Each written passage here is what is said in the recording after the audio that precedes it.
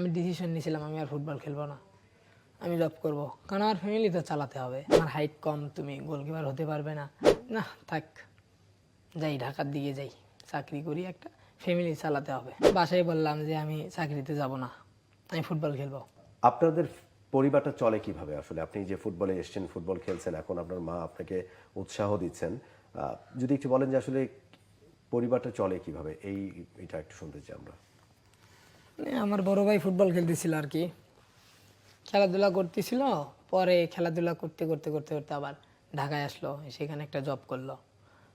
Job করার পরে এই যে কিছুদিন আগে আবার, মানে আগে তো ফ্যামিলিতে অনেক সমস্যা, এই কথাটা না বলি একটু বেশি সেন্সিটিভ হয়ে যাচ্ছে আর কি। ওকে ওকে। তারপরে ভাইয়া ঢাকায় আসলো, ভাইয়া মানে ইদানিং অনেক দিন আর কি চাকরি করছে এই জায়গায়, করার পরে মাকে দিছে, আমিও খেলাধুলা করছি, যেটুকু পারছি আর কি ওইটুকু হেল্প করছি ফ্যামিলির জন্য। মূলত এই ফুটবল খেলেই আসলে পরিবারটা চলে যায় তো। পরে আবার এই যে কিছুদিন আগে, এই হবে 1 মাস আগে, আমি ডিসিশন নিয়েছিলাম আমি আর ফুটবল খেলবো না, আমি জব করব, কারণ আমার ফ্যামিলি তো চালাতে হবে।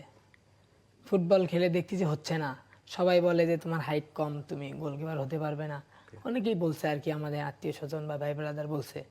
তা আমি কিছু মনে করিনি আর কি, আমি বলছি না থাক, যাই ঢাকার দিকে যাই, চাকরি করি, একটা ফ্যামিলি চালাতে হবে, দুইজন চাকরি করি।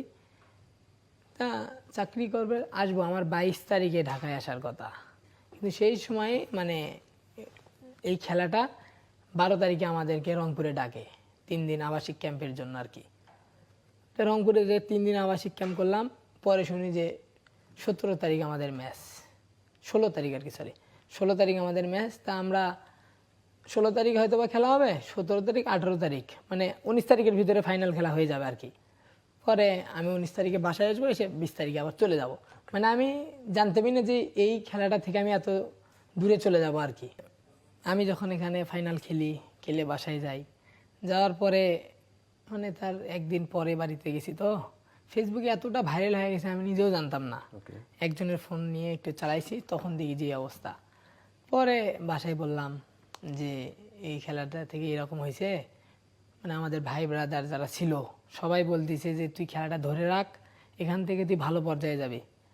বাসায় বললাম যে আমি চাকরিতে যাব না, আমি ফুটবল খেলবো। পরে বাসায় মা বললো খেল, তাই বললাম ঠিক আছে। ওখান থেকে আর কি আর মানে এটা খেলা যে বাদ দিব, এটার মাথাতেও এখন আর আসে না যে আমি খেলবো, যদি হয় ফুটবলার হব, যতদূর পারি আর কি। একটা লেভেল আছে ফুটবলার হওয়ার, যতদিন পর্যন্ত লেভেলটা না পার হয়েছে এতদিন আমি ফুটবল খেলে যাব। ফুটবলার হওয়াটা এখন আমার জন্য একটু সহজ, আবার অনেকটা কঠিনও।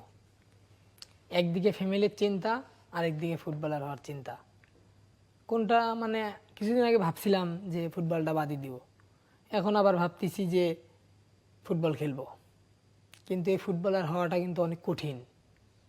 এই খেলাটা থেকে একটু কিছু সম্মান পাইছি, দেখি আল্লাহ যদি কপালে রাখে তাহলে বাংলাদেশ ন্যাশনাল টিমে খেলবো। আর চিন্তা চেতনা এখন একটাই আছে যে আমি ফুটবলের পিছনে লড়ে যাবো আর কি। আম্মু ভাইয়াকে বলছে যে তুই চাকরি কর, ওই ফুটবল খেলুক, ওর এখনও চাকরি করার বয়স হয়নি, মানে ফুটবলে এখন খেলতে যাচ্ছি যে আর কি একটু।